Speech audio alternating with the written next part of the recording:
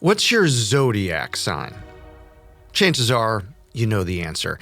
Even if you don't consider yourself spiritual in any way, you may check your horoscope from time to time. Had your palm read? Maybe you've even held onto a cool-looking crystal that a friend gave you. Put it somewhere as decoration. Not because you believe it has spiritual powers, but because it couldn't hurt, right? Of course not. If it makes you feel better, that's great. Aside from the dust it collects, it's not causing any harm. But not all New Age ideas are considered the same. New Age belief systems and conspiracy theories are so often blended together that two academics coined the term conspirituality. The distance between tarot cards and a new world order run by alien lizard people may be a lot shorter than you think. Take Amy Carlson, for example. It became really disturbing for me to understand that Amy created this belief system. She created this group. It was almost like a game of Dungeons and Dragons, right? Where she was like the dungeon master and she's coming up with all the rules and people are playing it her way. But when she said, time out, like I need to go to a hospital, the people in her game kept her in it. They just provided her with more of the same thing that actually was killing her. Welcome to Conspiracy Theories, a Spotify podcast. I'm Carter Roy. You can find us here every Wednesday. Be sure to check us out on Instagram at The Conspiracy Pod, and we would love to hear from you if you're listening on the Spotify app. Swipe up and give us your thoughts. To help us tell today's story, our team spoke with journalist Leah Sottile, author of the book Blazing Eye Sees All, an investigation of American New Age culture, particularly how self-proclaimed prophetesses, like Love Has Won's Amy Carlson, have managed to create kingdoms for themselves within our society. We're so grateful for her time and insights. Stay with us. Amy Carlson spends her teenage years growing up in the suburbs outside of Dallas, Texas. Like a very typical movie, teenage, suburban upbringing. Good family, two sisters, really supported in anything she wanted to do. The type of kid who would get a car when she turned 16, that kind of family. Amy was really into singing and into, looking her best, being very presentable. She competed in choir competitions, things of that nature. That's journalist and author Leah Sottile, whose book, Blazing Eye Sees All, takes a magnifying glass to American New Age culture, its history, and the impact of modern leaders like Amy Carlson. As her story goes forward in time, she has her first child when she's pretty young, 18 or 19 years old, and the relationship doesn't really work out. She's not a very welcoming mother in that motherhood doesn't really fit her. Her son, Cole, who is her oldest child, just remembers her being very distant, crying a lot, not really wanting to have a lot to do with him. And even Amy's own mother, Linda, told me, she didn't take to motherhood right away.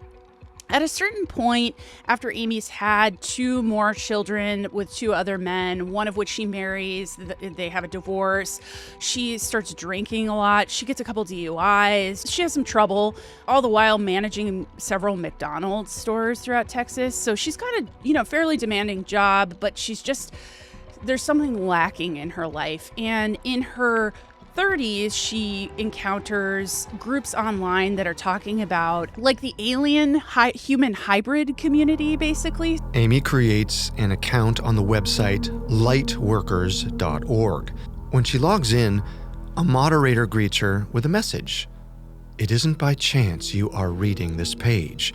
You know why you have come. You are on a mission yourself, in search of the elusive truth, the meaning of life. The concept of light workers, sometimes called star seeds, can be found across many New Age ideologies. Leah says the term generally refers to a person who considers themselves supernaturally gifted. from another dimension, or in some cases, inhabited by an alien being. They usually consider themselves beacons for good.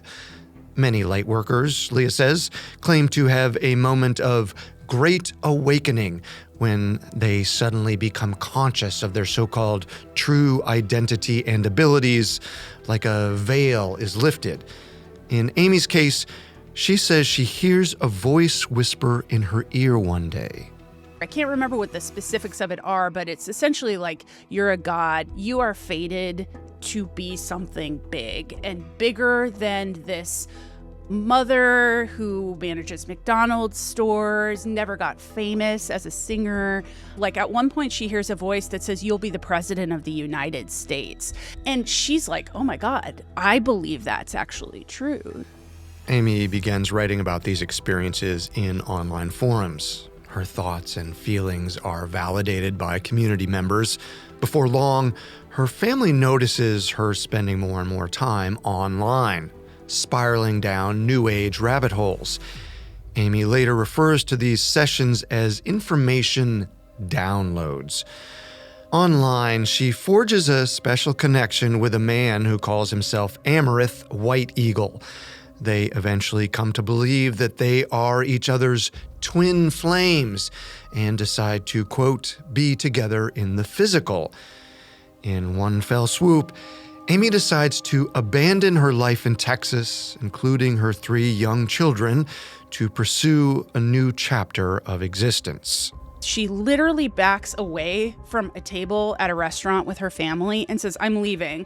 And they think, oh, you're just going home, something like that. But what she does is she actually literally just leaves her life and they don't see her again. Amy leaves around Thanksgiving 2007. She and Amaranth travel the country a while before landing in southern Colorado in a town called Crestone. It's around this time that Amy takes on a new identity. She begins calling herself Mother God. And what she means by that is that she is the physical embodiment of the planet. That's the best that she explains it. She is Earth itself. So any damage to her, whether that's emotional, physical, is actually damaging to the Earth itself. Amy weaves a very elaborate story about how she came to be in her current form. And the big part of that is that she is a reincarnated being. She says she's been reincarnated something like 574 times, and that in her past lives, she was Cleopatra, she was Joan of Arc, she was the Queen of Lemuria. Lemuria comes up in a lot of New Age belief systems. It's often presented as a former utopia that disappeared off the face of the earth long ago. It'll come up again later when we dive deeper into the history of New Age conspiracy theories. Amy's other past lives supposedly include Pocahontas, Marilyn Monroe, and Jesus, who, according to Amy, was actually a woman and not a man. Amaranth and Amy suggest they've known each other in many past lives, but claim their souls have been separated for 26,000 years. Amaranth, she announces, is Father God. She developed an idea that she is Mother God, and that whoever the man that she is personally with at that point is Father God. There ended up being many Father Gods over time. In Crestone, Amy and Amaranth launch a new group founded on their shared beliefs. Some come in person, but Leah says they primarily function online, as a website similar to the ones where Amaranth and Amy first connected. They leverage social media platforms like Facebook, Twitter, and YouTube to spread their message. As the spiritual leader, Amy creates a lot of video content. She starts to kind of like distribute New Age ideas and a lot of astrological predictions. She would do almost like a newscast where she would wear this little headset and she would speak to the camera and she would give this really kind of like weather forecast of the stars in a way. It was really funny and it was really kind of like sweet. If you're living in that reality, I could almost see how it would be attractive. Over time, Amy cycles through different father gods. More followers move to Crestone. Some leave and others stay as the group evolves and changes. The Galactic Free Press becomes First Contact Ground Crew, which becomes 5D News until they eventually land on the name Love Has Won. They rebrand with a new website that puts Amy's image front and center. Over time, Amy becomes less accessible to the general public.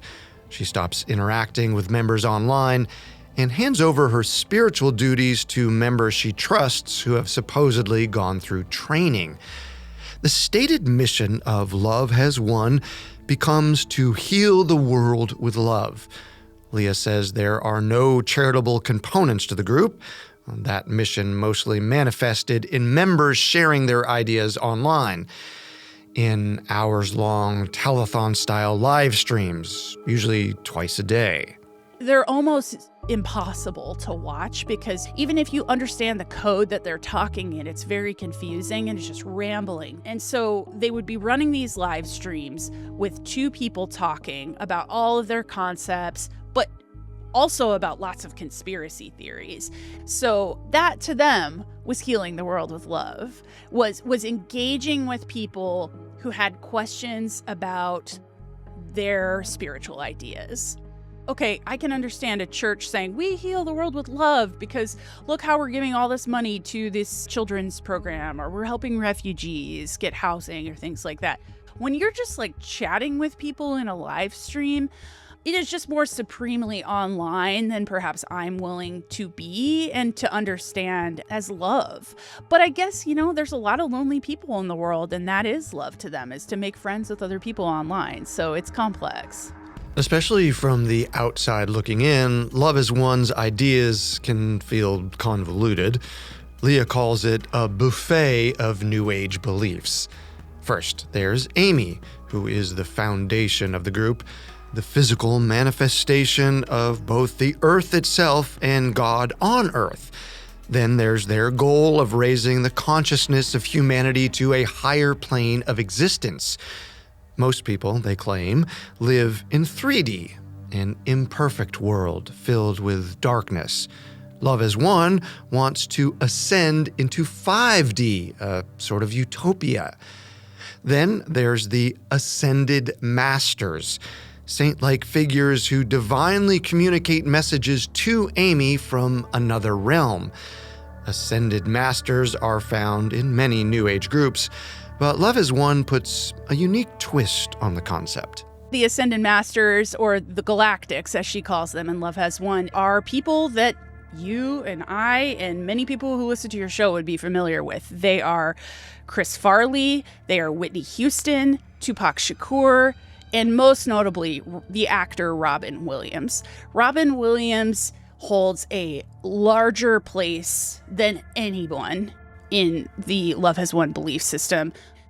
It sounds objectively ridiculous to say, here's a group of people who worships Robin Williams, right? But what I came to understand in my reporting is that Robin Williams was really kind of like an entry point for Amy to get people into the group. They heard about Robin Williams and they were like, oh my God, I loved Robin Williams and I feel so sad about his sudden death. We can all talk about Robin Williams in Mrs. Doubtfire or What Dreams May Come or, his stand-up performances or Mork and Mindy. Robin Williams might serve as a gateway, a means of getting people's foot in the door, but many find the message of Love Has Won appealing. Some travel to Crestone, Colorado from across the country to be with Amy. Leah says a few tell their partners they're leaving for a much-needed spiritual break, that they're essentially going on a retreat and won't be gone for very long, not fully realizing what they're signing up for. Essentially, if you were living in the Love Has Won house, you were a servant of Amy and her father, God, at that time. That's what it became. Love Has Won becomes especially popular during the COVID-19 pandemic. Though the vast majority of followers interact with the group in virtual settings, some travel to Colorado to live with Amy and her closest disciples. Leah says the area is beautiful and incredibly isolated, hours away from the nearest major airport.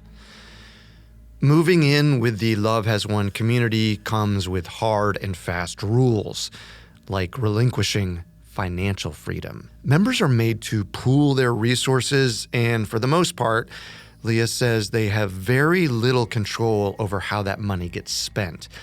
Nearly all personal purchases need to be approved. In her book, Leah tells the story of a man who liquidates his 401k and hands over $400,000 of his life savings in the 2 months he spends with Love Has Won. He apparently never sees the money again. One gal I spoke to, like, she got there and thought, oh, I'll just get a piece of pizza when I land. And like the people who picked her up were like, no, you're not getting that. Like, you don't get to do that. So what I think is so fascinating about these groups is that even the people who aren't benefiting from the power enforce the rules. You know, I like to call them Amy's deputies because they really were kind of like spreading her message and appointed by her to do so. They were the most hardliners about doing things the way that Amy wanted. So you had that financial control, you had the inability to leave. You also had people who had kids, who had spouses, and they were really not allowed to call them. Maybe they could get permission to make a call, but it was rare. And in one instance, there was a woman who was starting to have real doubts about being there, and she was on the live stream at one point, and her family was so relieved to see that she was on the live stream because they hadn't heard from her. They didn't know if she was okay, and they didn't know where she was. According to some former members of the group, if they wanted to leave to go anywhere, they had to do so in assigned pairs. At home, they spend all day working, cooking food according to Amy's preferences, and generally catering to her ever-changing whims, serving her a steady stream of alcohol and weed, which she said were medicinal. Their sleep is restricted. Their eating is monitored, naps are banned, even sitting is policed. Those same members say they spend every day almost entirely on their feet. Resting in any way was taking energy from Mother God, which is an affront to the earth itself. You know, a typical day at the Love Has Won house was essentially you were going to get maybe 4 hours sleep if you were lucky. And that was because if Amy was awake and drinking, then you two were awake with her. If she was asleep, you may be allowed to go to bed. Father God was kind of seen as sort of the enforcer. And so, and at one point, Father God, and arguably Amy too, decided, we just want you to cut down all these trees around the house, but we're not going to allow you to do that with a chainsaw. You're going to do that with hand tools. And we're going to watch you from the patio of the house do hard labor to just clear this area because Amy wants a garden. You know, so it was back-breaking work. Leah estimates that at its largest size, 24 people live in Crestone with Amy, including, at some points, young children and babies. The most trusted members stay in the main cabin, separated by sex. Lower-tier members, and members being punished, are relegated to sleeping outside in tents, with or without heaters, depending on Amy's mood. They own a second house miles away for additional overflow. One man arrives in Crestone after spending time in the military. He doesn't really give his family much notice that he's leaving. Leah says basically he lands in Denver, calls his family, and tells them he's in Colorado and joining a group. He spends less than 72 hours with Love Has Won. There's video of him on the live stream saying, like, I've arrived, I'm here. You know, he had already been so indoctrinated with their beliefs online that when he got there, he was like ready to talk about them. And you even hear Father God be like, well said. Like, you're talking about what we talk about almost better than we talk about it. At some point, he says that he was handed a drink by someone. He drank that, and he was told to go fight darkness in the wilderness. His family believes that he was drugged in some way. He went out into the woods in this really remote area. He got lost. they didn't go looking for him, and they lost track of him. In a desperate attempt to find him, his family launches a rescue mission from hundreds of miles away. No one lived anywhere near Colorado, so you had people driving there, you had people getting on flights, you had people online trying to say, hey, my brother is missing. We don't know where he is. We heard he's with this group. We don't think he's there anymore, because I think people on the live stream were joking about him leaving. They launched this full assault to try and find him. A man on Facebook said, I'll bring out my tracking dog to find him. And his sister was like, okay, great. I don't know who you are, but I really hope you can help us. And they literally did find him walking on the side of the street. He had been in the hospital. He checked himself out of the hospital saying he didn't want to be there. He'd been found naked on someone's property. It sounds to me like he was having like a serious psychedelic experience or a mental break, and he just had no support system at all from these people who said, come here.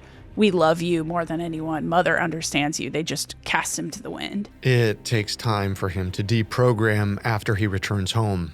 His family says he's unable to work for months.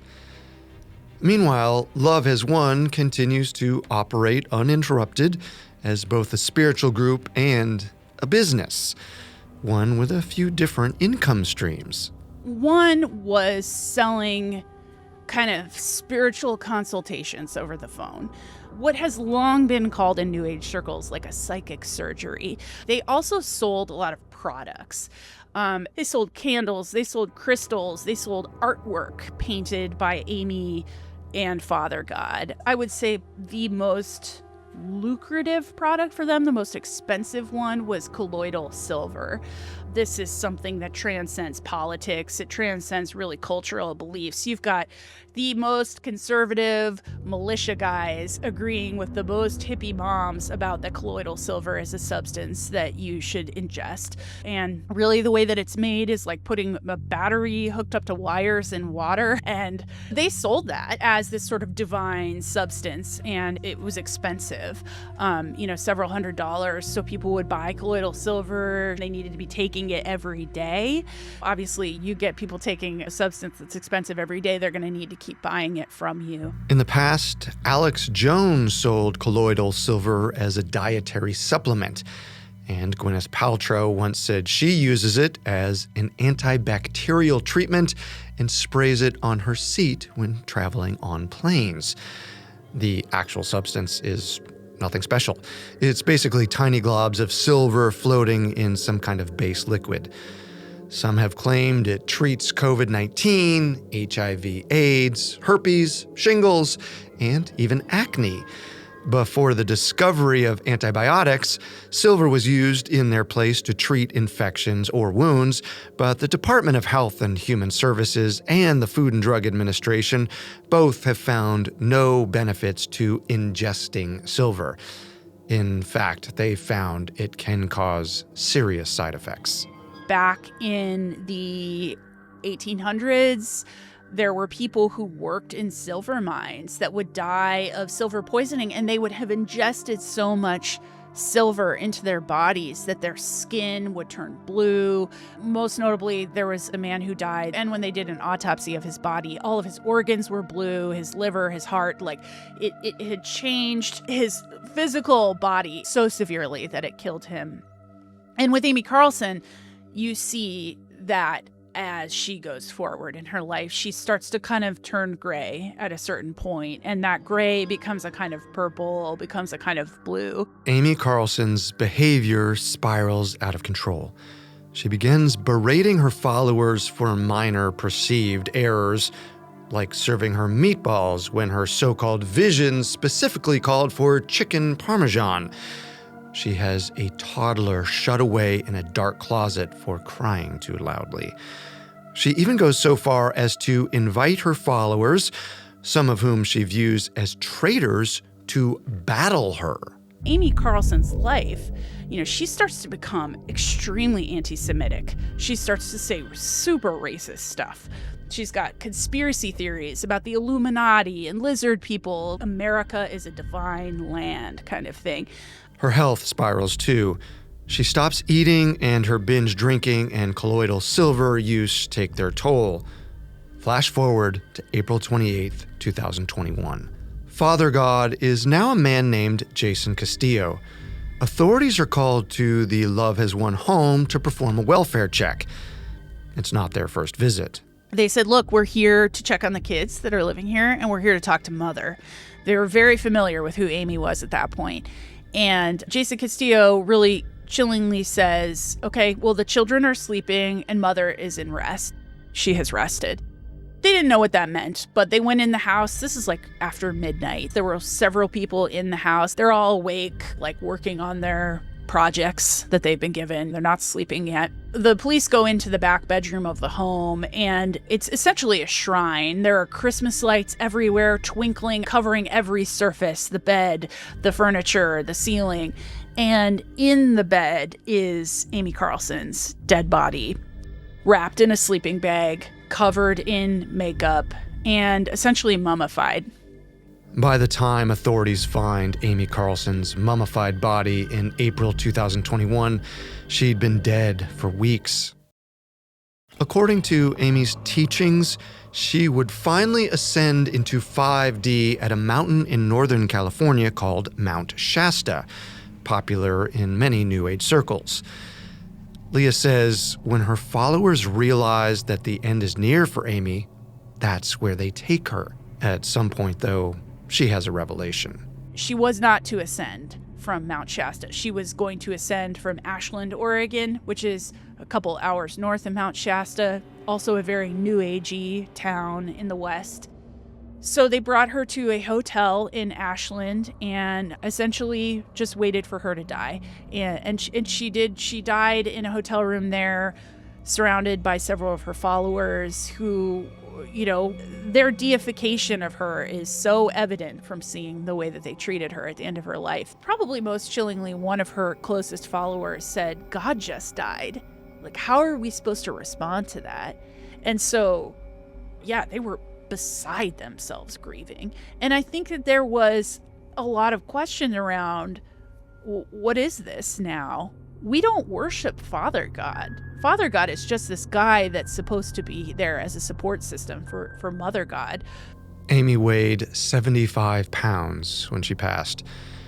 There were moments before she died when she asked her followers for traditional medical care, but they continued giving her cannabis and what she taught them was real medicine, alcohol and colloidal silver. An autopsy will later reveal Amy died from health complications related to alcohol abuse, anorexia, and chronic colloidal silver ingestion. But weeks pass before anyone outside of her followers knows she's dead. They wrapped up her body and they took her out on a camping trip. Father God slept with her body in a tent. They had a campfire. They made pancakes. And then eventually some of her followers just said, you know what? She needs to go back to Colorado. So they drove her across several state lines all the way back to southern Colorado, a very, very long drive, and set her up in that home. I mean, I don't know what their plan was. It seemed like they were planning to live with her dead body for as long as they could, to worship her. After authorities discover Amy's body in April 2021, several of her followers are arrested on charges of abusing a corpse. A DA later adds tampering with the deceased human body, but all charges are eventually dropped. The other members of Love Has Won face no legal consequences related to Amy's death. In fact, before Amy's body was discovered by police, one of her followers had already filed the paperwork with the IRS to start another nonprofit group. There's probably 3 or 4 groups that break away and start their own thing. They start writing books about her. They put out educational curriculum that they believe that was like one of Mother God's goals, was to have schools that were set up in her image and her ideology. And of course, everybody starts selling colloidal silver and live streaming, in some cases selling like t-shirts with Amy on it. Meanwhile, in Texas, her actual family is like, oh my God, what happened? And now we're dealing with the trauma of this loss of this person that we lost twice in our life. And now you're selling t-shirts of her? It was just really like so many layers of grief for them as well. Her family has reflected on how Amy always admired fame and celebrity, and in the end, died a god. When our team spoke with Leah in March 2025, she said there were still people all across the globe with Amy as their profile picture on Facebook. In Australia, in Eastern Europe, in Spanish-speaking countries. For better or worse, the legacy of Mother God lives on. But there's something Leah makes very clear in her book. American New Age ideas and leaders like Amy Carlson aren't new in any sense of the word. As far as this book is concerned with Amy Carlson, she had no original ideas. They were all ideas that I don't even think she knew where they came from. This book tries to figure out where they did. In her book, Leah traces the history of New Age beliefs and makes the case that they've traveled through time like a baton in a relay race, evolving with every handoff to best serve the holder. They began as part of a movement that resented science and expert knowledge and loved mystery. In direct opposition to Darwin's theory of evolution, the earliest writings of American spiritualism spoke about a superior Aryan race and claimed humanity evolved from three-eyed beings known as Lemurians. With each baton pass, leaders invented or incorporated countless more conspiracy theories. An evil lost society called Atlantis, the often anti-Semitic belief that a shadowy cabal is forming a new world order, alien-human hybrids on Earth, lizard people in the U.S. government, the list goes on and on. Not all of them are exclusive to New Age culture, but they've always been inextricably intertwined with its past and continue to inform its present. Something else Leah notes, New Age ideas have always been especially attractive to women. Maybe because gender isn't attached to their concept of the divine. Maybe because, unlike many religions, women often hold positions of power, whether it's as a leader, a mystic, seer, or healer. Regardless, studies show that spiritualism surges in times of uncertainty and fear, when people are looking for hope and answers, times when it's normal to crave personal agency. Though her book touches on everything from seances to magic crystals, Leah hopes people don't see it as an attack on all New Age ideas. This book began for me when I had 15 tarot decks and I wasn't sure why. I don't mean for this to be an attack, but for people to understand, look, this stuff is big. It's everywhere.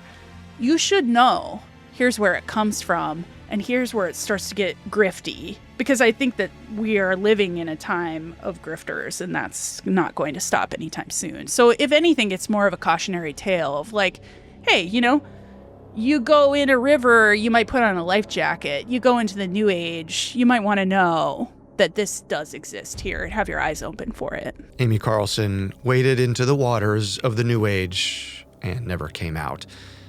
It's also a river that, by her own account, she knowingly created. See, among Amy's many past lives, she claims she once lived as a Russian woman named Helena Blavatsky. Helena arrived in New York City in the 1870s, a time when spiritualism was thriving.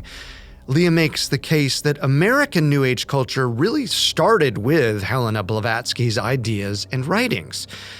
In her lifetime, Helena developed a reputation for seemingly miraculous acts, summoning spirits at seances, making items appear from thin air. She claimed all of her ideas came from ascended masters who divinely communicated their ancient wisdom to her. On several occasions, she was accused of being a fraud, of using sleight of hand tricks to fool people. At least one time, she didn't deny it. She told the man who confronted her, quote, "What is one to do when in order to rule men, it is necessary to deceive them?"